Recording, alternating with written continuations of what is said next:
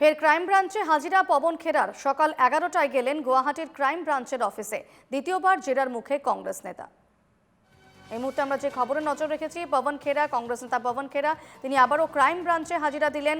সকাল 11টায় গেলেন গুয়াহাটির ক্রাইম ব্রাঞ্চের অফিসে। দ্বিতীয়বার জেরার মুখে কংগ্রেস নেতা পবন খেরা।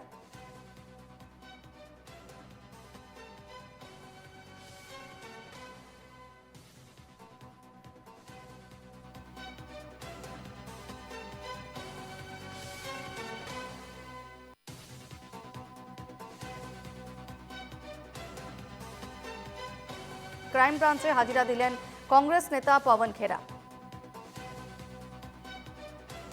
টেলিফোনে রয়েছেন প্রতিনিধি রবিউল আলম। রবিউল, এই মুহূর্তে কি আপডেট পাচ্ছ? দীপর্ণা সহজে পবন খেরা দ্বিতীয়বারের বাবে ক্রাইম ব্ৰাঞ্চৰ কাৰ্যালয়ত হাজিৰ হৈছে আৰু পুৱা 9:30 বজাত তেওঁক আজি হাজিৰ হোৱাৰ নিৰ্দেশ দিছিল, কিন্তু তেওঁ 9:45 তেওঁ আহি উপস্থিত হৈছে ক্ৰাইম ব্ৰাঞ্চৰ কাৰ্যালয়ত। আৰু বিশেষকৈ মুখ্যমন্ত্ৰী সন্দৰ্ভত তেওঁ যিবোৰ তথ্য সংবাদমেলযোগে দাঙি ধৰিছিল আৰু তাৰ পাছতে মুখ্যমন্ত্ৰী পত্নীয়ে যেতিয়া তেওঁৰ বিৰুদ্ধে গোচৰ তৰিছিল আৰু সেই গোচৰৰ ভিত্তিত পৰৱৰ্তী সময়ত তেওঁ উচ্চতম ন্যায়ালয়ৰ পৰা জামিনো লাভ কৰিছিল, অগ্ৰিম জামিন। কিন্তু তেওঁক কেইবাটাও চৰ্ত দিয়া হৈছিল আৰু বিশেষকৈ অসম আৰক্ষীক এই গোচৰটো সন্দৰ্ভত যাতে তেওঁ সহযোগিতা থাকে সেই নিৰ্দেশটো তেওঁক দিয়া হৈছিল। আৰু সেই নিৰ্দেশ মৰ্মে তেওঁ আজি উপস্থিত হৈছে।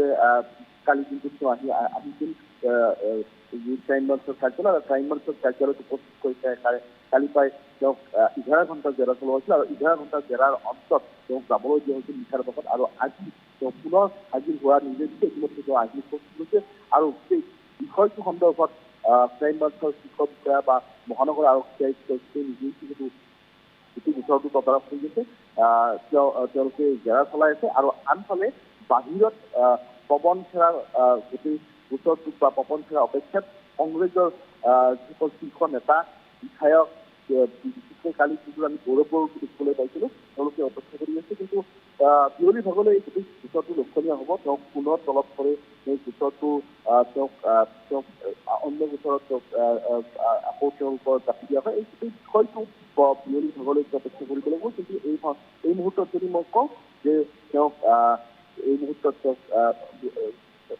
কাৰ্যালয়, এই ক্ৰাইম ব্ৰাঞ্চৰ কাৰ্যালয়ত তেওঁক ৰখা হৈছে। আৰু ক্ৰাইম ব্ৰাঞ্চৰ কাৰ্যালয়ত তেওঁক সোধা পোছা চলোৱা হৈছে, কাৰণ 4/2006 যিটো গোচৰ, সেই গোচৰটোত 12টাকৈ ধাৰা সন্নিৱিষ্ট হৈছিল।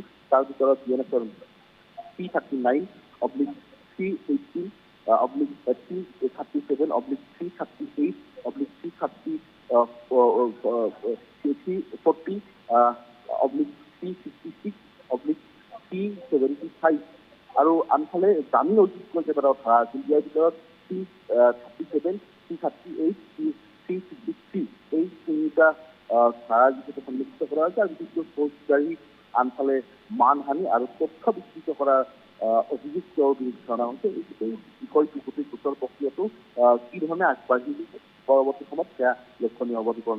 অবশ্যই, ধন্যবাদ তোমাকে ৰবিউল।